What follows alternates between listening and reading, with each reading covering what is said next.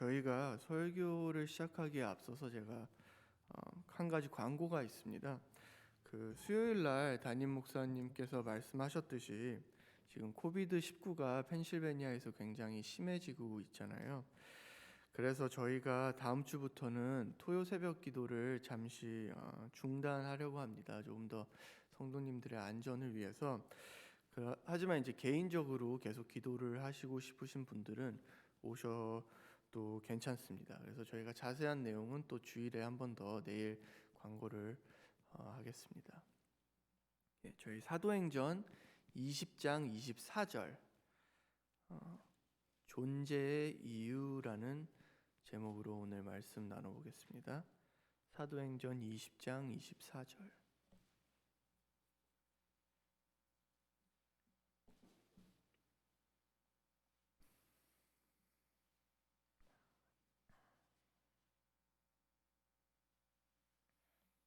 한 절 우리 같이 합독하겠습니다. 24절입니다. 내가 달려갈 길과 주 예수께 받은 사명 곧 하나님의 은혜의 복음을 증언하는 일을 마치려 하면은 나의 생명조차 조금도 귀한 것으로 여기지 아니하노라. 아멘. 제가 마스크를 하고 있는 것도 까먹고 있었어요. 이제 이게 너무 자연스러워가지고 이 마스크를 벗고 이렇게 설교를 하겠습니다. 안녕하세요. 안녕하세요.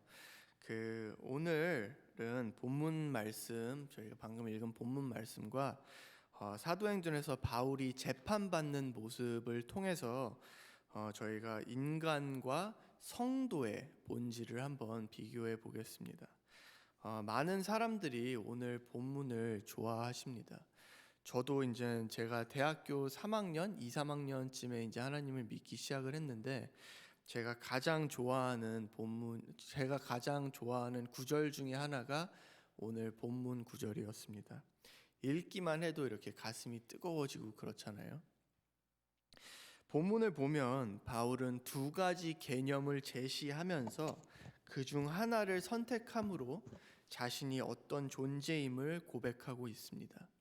하나는 예수께 받은 복음 증거하는 사명이라는 개념이고 하나는 자기 생명입니다. 그래서 사명이냐 생명이냐의 기로에서 바울은 사명을 택하고 생명을 버립니다. 성도는 더 이상 생명, 즉 나의 존재 구축을 위해 사는 자가 아닌 사명을 위해, 복음 증거하는 사명을 위해 사는 자라고 이제 얘기를 하는 거예요. 이 세상은 전부 자기 자신을 증거하지만 성도는 이제 자기 자신이 아닌 예수를 증거하는 사람이라고 하는 겁니다. 이게 갈라디아서 2장 20절에 이제는 내가 사는 것이 아니요 내 안에 그리스도가 사시는 것이다 라는 말씀입니다. 그래서 사도행전을 보면 사도들을 증인이라고 부르죠. 증인이라는 말 자체가 내가 아닌 다른 사람이 주체인 거잖아요. 증인은 다른 사람을 증거하는 거니까. 나 자신을 증거하던 나는 십자가에 못 박혀 죽고 예수의 피로 살아난 나는 이제 십자가의 증인으로 산다라는 겁니다. 그렇다면 여러분이 제가 한 말을 듣고 알았어. 그러면 내가 이 한 몸 바쳐서 복음 전하고 이 생명 다 바쳐서 선교하면 되는 거지? 이렇게 말씀하실 수 있을 것 같아요. 그런데 이게 그렇게 간단한 문제가 아닙니다.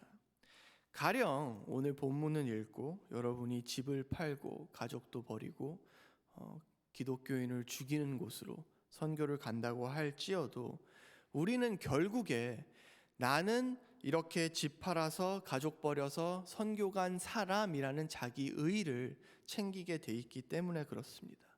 뭘 하든지 간에 결국 그걸로 나를 높이게 되어 있어요. 그게 사명이 아닌 나의 생명을 쫓는 겁니다. 그러니까 아무리 바울을 따라해 봤자 바울을 따라한 만큼 우리는 그것을 우리의 의의로 사용하게 되어 있는 겁니다. 그리고 심지어 바울 본인조차도 이 말을 하고 얼마 후에 사명보다 자기 생명을 중요시 여겼습니다. 감옥에 있을 때 겁내고 두려워하잖아요. 그러니까 하나님이 환상 속에서 바울 보고 쫄지 마 이렇게 얘기하시죠. 정말 자기 생명에 관심이 없었으면 왜 두려움이 있습니까? 오늘 본문은 우리 보고 따라하라고 준 것이 아닙니다. 성도는 어떤 자인지를, 성도의 본질을 배우라고 우리에게 주신 거예요. 그리고 우리는 거기에 자신을 비교하면서 왜 우리는 절대 우리 힘으로는 성도가 될 수 없으며 그렇기에 십자가 은혜만이 희망인 것을 깨달아야 하는 겁니다. 그렇다면 오늘 본문이 말하는 나의 생명을 버리고 사명을 따르는 성도란 그 모습은 어떤 모습일까?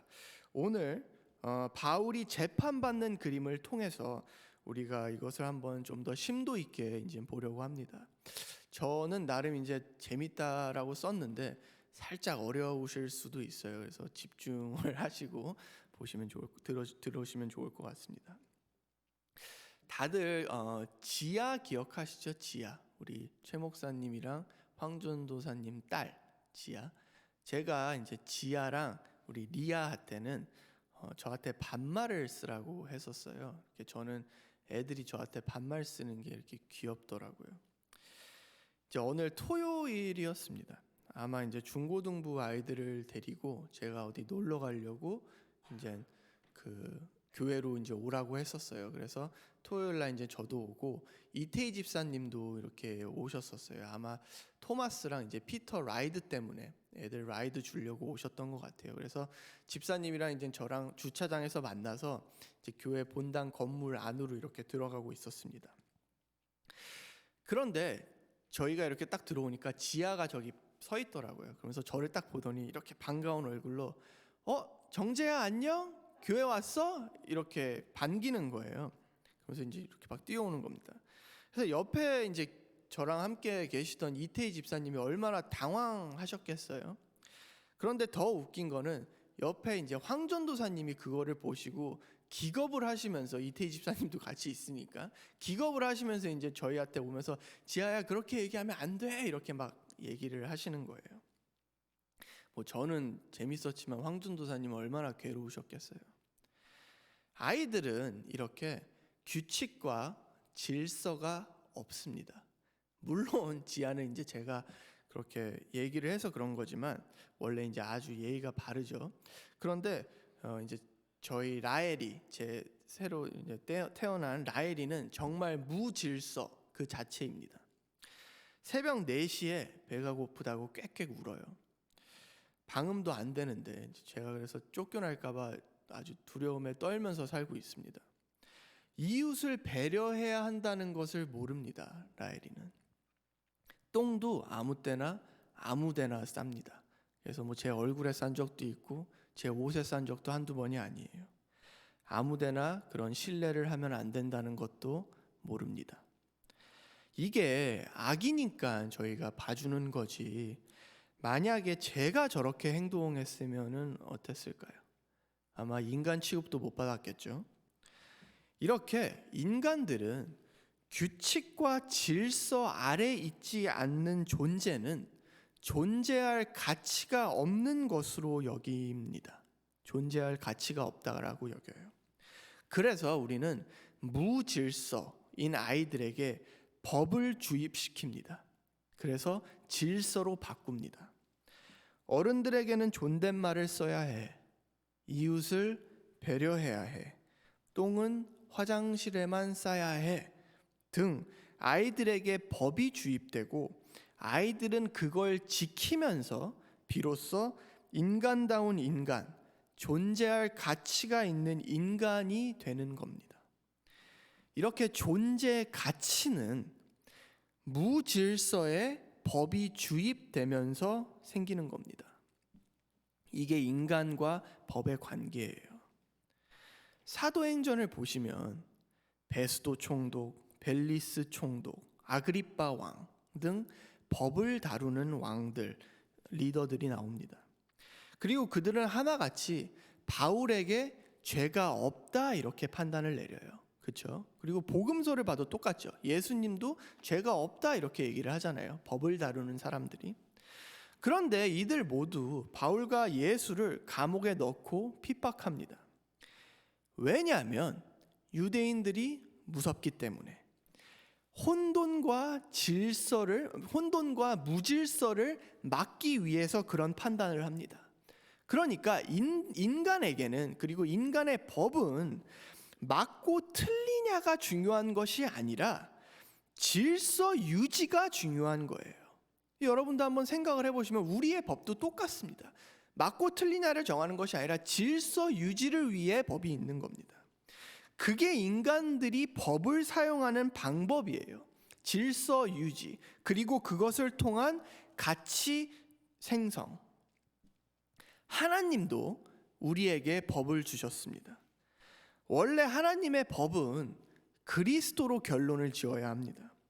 그래서 무질서인 우리와 그리스도, 생명이신 그리스도가 합해져서, 하나님의 말씀이신 그리스도가 합해져서 나는 없고 오직 그리스도만을 높임 받는 거예요. 그게 사명입니다. 그렇죠? 그리스도를 증거하는 것, 사명입니다. 그런데 선악과 먹은 인간들은 법을 열심히 지키려고만 하는 거예요. 그리스도로 보지 않고 법을 열심히 지키려고만 하는 거예요. 바리새인들이 그렇게 했잖아요. 왜냐하면 법을 지키면서 나의 존재 가치가 생기기 때문에 그렇습니다. 나 이렇게 하나님 법 잘 지킨 사람이야 라는 자랑, 그게 나의 생명을 쫓는 거예요. 지금까지 제가 한 이야기가 그것을 축약한 것이 마태복음 18장에 나오는 어린아이 이야기입니다. 어린아이처럼 되지 않으면 천국에 갈 수 없다. 법이 아직 주입되지 않은 어린아이 같은 자들만 천국에 들어간다는 거예요. 법을 이용해 큰 자가 된 자들, 자기 생명 확장을 위해서 이 세상을 사는 자들, 하나님의 말씀을 이용하는 자들은 안 된다는 겁니다. 그리고 창세기 1장 2절도 같은 얘기입니다. 2절 제가 한번 읽겠습니다. 땅이 혼돈하고 공허하며 흑암이 깊음 위에 있고 하나님의 영은 수면 위에 운행하시니라. 혼돈, 공허, 그리고 흑암, 질서가 없는 곳에, 무질서에 하나님의 영, 말씀, 성령이 더해지니까 존재, 있음으로 창조가 되는 거예요. 무질서에 하나님의 은혜가 더해질 때 그게 비로소 존재라는 겁니다. 그래야 오직 은혜만 드러나잖아요. 그래야 오직 하나님의 창조만, 능력만 드러나잖아요. 이게 창조의 원리입니다. 그런데 없음인 인간들이, 먼지인 인간들이 하나님의 말씀을 그저 자기 영광을 위해 율법으로 지켜야 할 것으로만 해석을 해서 스스로 산 존재가 되어 보겠다라고 하는 겁니다. 그런데 이게 안 믿는 자들 얘기가 아니라 여러분과 제가 그렇잖아요. 아무것도 아닌 거 하나 하고는 그걸 통해서 얼마나 자랑하고 다른 사람이 알아줬으면 하지 않습니까? 그게 오늘 본문에서 말하는 나의 생명을 쫓는 거예요. 우리는 그렇게 항상 나의 생명을 쫓지 사명을 쫓지 않습니다. 그렇다면 그런 성도에게 하나님이 어떻게 하시냐? 로마서 7장 4절 우리 함께 한번 읽어보겠습니다. 로마서 7장 4절입니다.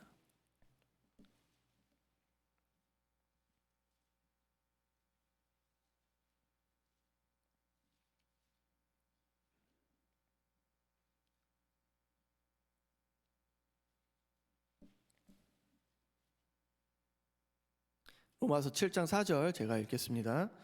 그러므로 내 형제들아 너희도 그리스도의 몸으로 말미암아 율법에 대하여 죽임을 당하였으니 이는 다르니 곧 죽은 자 가운데서 살아나신 이에게 가서 우리가 하나님을 위하여 열매를 맺게 하려 함이라. 아멘. 여기에 보면 우리를 예수와 함께 십자가에 못 박아 율법에서 자유롭게 하셨다 이렇게 얘기를 하죠. 이게 어린아이입니다. 이게 어린아이. 더 이상 법 아래 있지 않은 자, 무질서, 무법, 율법으로 더 이상 자기 존재 가치를 챙기지 않는 자, 이게 어린아이예요. 십자가로 죽여서 이렇게 하셨다라는 겁니다. 그 말은 십자가를 통해 우리가 죽은 존재라는 것을 가르쳐 주신다라는 거예요. 십자가가 겟세마네에 세워졌다라는 그거 자체가 모든 인간은 하나님 살해범으로 이미 확정이 됐다라는 뜻입니다. 이미 끝났다라는 거예요. 하나님 말씀을 전부 외우고 말씀대로만 살기 위해 심지어 자기 목숨까지 바쳤던 이들의 최선이 예수 살해였다는 거예요. 그러니까 그걸 보고 우리는 저게 나의 최선이구나, 예수 십자가 못 박는 것이 나의 최선이구나, 그걸 깨달아야 된다는 거예요. 그런데 아직도 우리는 우리 가능성을 절대 놓지 못하고 있어요. 최대한 노력해서 종교 행위하고 열심히 기도하면서 마음을 다스리면 하나님을 기쁘시게 하고 섬길 수 있다라고 생각하는 겁니다. 그러니까 다들 말로는 내가 죄인이고 내가 죽어야 하는 사람이고 이렇게 말은 하지만 아무도 그렇게 생각 안 하고 있는 거예요. 사실 전부 다 내가 살아있다라고 생각하는 겁니다. 그런데 성경은 우리를 보고 죽었다라고 하는 거예요. 죽었다, 시체다라고 하는 겁니다. 시체는 아무리 노력해도 어떠한 생명도 나올 수 없단 말입니다. 그렇게 우리는 항상 나의 생명을 쫓는 시체들이지 사명에는 관심이 없는 거예요. 그런데 오늘 본문에서 성도는 사명을 쫓는 자들이라고 하잖아요. 그러면 우리는 뭡니까? 성도 아닌 겁니다. 그리고 그것을 나는 성도 아니구나를 계속해서 깊게 알아가는 게 우리 삶에서 나는 성도 아니고 그래서 예수의 십자가 그 은혜만이 나의 희망이구나를 계속 알아가는 것이 육신과 싸우는 것이라고도 얘기를 하고 십자가를 지는 것이라고도 얘기를 하고 어디에서는 제자가 되는 것이라고 얘기를 하고 죽는 것이라고 얘기를 하는 겁니다. 그렇게 나 성도 아니네요라고 고백하는 없음, 공허, 흑암, 무질서들에게 하나님의 은혜가 부어지는 겁니다. 그게 창조 원리예요. 인간이 이렇게 법을 이용해 자기 존재 구축을 하는 과정에서 바로 세력이라는 것들이 생깁니다. 세력, 힘을 가진 집단이죠. 세력. 사도들도 정치 세력과 종교 세력들에 의해 핍박을 당했죠. 사도행전 전체에 걸쳐서 그런 내용들이 나옵니다. 초반에는 베드로와 요한을 핍박을 하고 나중에는 바울을 핍박하잖아요. 세력들이. 재밌는 건 복음서를 봐도 똑같습니다. 예수님도 그들에게 핍박을 받아요. 하지만 예수님, 사도들 모두 그 세력들, 자신들을 핍박하는 세력들에게 저항을 하지 않습니다. 근데 이 세력들이 어떻게 생기는 거냐면 인간에게 법이 주어지면 모든 인간은 해석을 합니다. 해석을.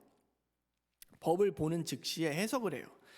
그래서 선악과가 뭐죠? 선악과가 인간이 주체가 되어서 선악을 판단한다라는 게 선악과잖아요. 선악과. 어떠한 것이 선하다 또는 악하다를 내가 해석하는 겁니다. 내가. 구약에서 예를 들면은 이런 율법 있죠. 삼겹살 먹지 마. 삼겹살이라고는 안 써 있어요. 돼지고기라고 써 있지만 삼겹살 먹지 마라는 율법이 있습니다. 그러면 이거는 나쁜 법이죠. 삼겹살은 맛있는데 안 먹으면 큰일 나잖아요. 우리 다 먹어야 되잖아요. 삼겹살은 꼭 나쁜 법입니다. 이건 희생제사 드려 이렇게 돼 있죠. 이것도 나쁜 법이죠. 귀찮잖아요. 희생제사 언제 드리고 있어요. 양 죽이는 거 얼마나 끔찍합니까? 희생제사는 나쁜 법이에요. 또 뭐 있냐? 문신하지 마 이런 법 있습니다. 이건 좋은 법이죠. 저희 자녀들이 문신해 갖고 오면은 야 이거 성경에서 하지 말라고 그랬어. 큰일 나. 이렇게 협박해야 되잖아요. 문신하지만은 좋은 법입니다. 이런 거예요. 내가 주체가 되어서 이것은 선과 이것은 악이다 이렇게 판단을 하는 겁니다. 내가 해석을 하는 거예요. 내가. 그리고 그 해석에 따라서 세력으로 나누어지는 겁니다. 그래서 삼겹살파, 문신파, 11조파 등등 정치로 말하면 이 세상을 진보적인 시각으로 보는 사람들은 뭐라고 그래요? 진보 세력이라고 하잖아요. 진보 세력. 보수적인 시각으로 보는 사람들은 보수 세력이고 그런 겁니다. 해석에 따라서 다른 세력으로 이렇게 나뉘는 거예요. 사도행전에도 이런 세력이 많이 나옵니다. 저희가 23장에 보면은 유대인들이 바울을 고발해서 대제사장과 공회 앞에서 바울이 이제 자기 자신을 이렇게 변론을 하고 있습니다. 그런데 이렇게 사람들을 쫙 보니까 바울이 여기에 바리새인도 앉아 있고 저기에는 사두개인도 앉아 있고 이런 거예요. 그러니까 바울이 좀 머리를 굴려가지고 내가 바리새인 출신이야. 그리고 지금 내가 이렇게 핍박을 당하는 것도 내가 부활을 전파했기 때문이야. 이렇게 얘기를 합니다. 그랬더니 뭐 이게 좀 두루뭉실하게 얘기를 한 거긴 하죠. 예수에 대한 얘기는 안 했으니까. 하지만 맞는 말이에요. 그러니까 이렇게 얘기를 했더니 바리새인들은 성경을 어떻게 해석을 했죠? 부활은 있다라고 해석을 했습니다. 맞죠? 기억나시죠? 사도행전에서 부활은 있다. 사두개인들은 부활은 없다라고 해석을 했어요. 그러니까 이렇게 두 개의 다른 종교 세력이 생긴 겁니다. 물론 다른 이유들도 있었지만. 그런데 바울이 나는 부활을 믿어. 그리고 그것 때문에 핍박을 받아. 이렇게 얘기를 하니까 부활을 믿던 바리새인들에게 이제 바울을 핍박하는 것이 나의 세력, 나의 해석을 공격하는 게 돼버린 거예요. 그랬더니 갑자기 그들이 바울이 편이 돼서 부활을 믿지 않는 사두개인들을 공격을 하기 시작합니다. 이게 나의 생명을 쫓는 자들의 특징이에요. 타인이 나의 세력 확장에 도움이 된다라고 생각하면 받아들이고 아니면 그냥 버리는 겁니다. 네 편, 내 편 이런 게 까보면 결국 이거예요. 그러니까 인간들 사이에서는 사실 사랑, 우정, 의리 이런 것도 애초에 없는 겁니다. 그냥 자기 존재 구축하는 데 도움이 되면 내 사랑이고 친구고 그렇지 않으면 남이고 적인 거예요. 그래서 여러분 영화 타짜 보셨나요? 타짜? 제가 제일 좋아하는 영화 중에 하나인데 보세요. 아주 명작입니다. 타짜. 거기서 평경장이 고니에게 이렇게 말을 합니다. 이 바닥엔 영원한 친구도 적도 없다. 그게 인간사예요. 인간사. 그냥 나의 존재를 견고하게 해주는 자들은 받아들이고 그렇지 않은 자들은 폭력을 써서라도 없애버리는 겁니다. 그런데 아까 제가 얘기했듯이 예수님과 바울은 폭력을 쓰지 않습니다. 폭력을 쓰지 않아요. 그게 그냥 착해서 그런 게 아닙니다. 왜냐? 성도는 이미 십자가에 못 박혀 죽어버렸기 때문에 더 이상 나의 존재 구축을 위해 살지 않는 거예요. 그래서 자기 세력을 확장할 필요도 없고 타인에게 폭력을 쓰지도 않는 겁니다. 모든 폭력은 내가 살아있다를 전제로 하고 있는 거예요. 내가 살아있으니까 계속 살기 위해서 다른 사람에게 폭력을 가하는 겁니다. 여기서 폭력은 제가 물리적인 폭력만을 이야기하고 있는 게 아닙니다. 그래서 나의 생각을 주입시키고 뭐 내 세력으로 끌어당기려는 시도 자체를 다 폭력이라고 제가 정의하고 있는 거예요. 근데 우리는 시체잖아요, 시체. 그러니까 나의 세력을 만들 필요도 없고 나의 생각을 타인에게 주입시킬 필요도 없는 겁니다.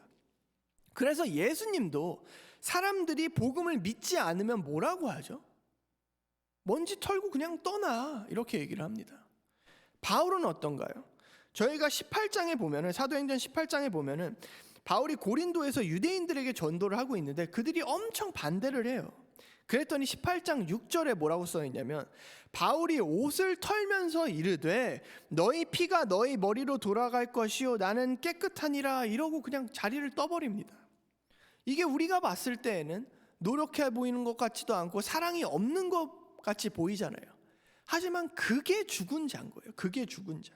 복음을 믿게 하는 것은 전적으로 하나님의 능력이기 때문에 나의 능력과 노력이 아니라는 겁니다. 전적으로 하나님의 은혜라는 거예요. 이거 듣고 좋구나, 전도 안 해도 되는구나 이렇게 생각하지 마시기 바랍니다. 그건 그냥 귀찮아서 안 하시는 거잖아요. 귀찮아서. 이렇게 좋은 복음, 귀한 복음 다른 사람에게 말하고 싶은 게 당연한 거예요. 제가 말하는 건 복음 전도하면서 내가 전도왕이다. 뭐 한국에는 전도 대회 이런 것도 있다며요. 그래서 서로 막 경쟁하고 그런다며. 그런 거 아니라는 겁니다. 내가 하는 게 아니라 하나님이 하시는 거라는 거예요. 성도 여러분, 우리는 항상 이렇게 자신들을 세력화하면서 어떻게든 살 궁리만 하고 있습니다. 근데 십자가는 우리가 죽었다라고 얘기를 해요. 시체라고 합니다. 그리고 시체들을 통해 예수를 증거하시는 하나님의 열심을 사명이라고 하는 거예요. 사명. 내가 이 한 목숨 바쳐서 선교하겠다. 그게 생명입니다. 그게 생명을 쫓는 거예요. 나의 생명을. 사명이란 나의 전도와 선교라는 걸 통해서도 나는 나만을 높이는 시체입니다를 고백하고 예수의 십자가만이 우리의 유일한 소망이라는 것을 아는 것, 그리고 그것을 전하는 것이 사명입니다. 그게 우리 성도의 존재의 이유입니다. 같이 기도하겠습니다.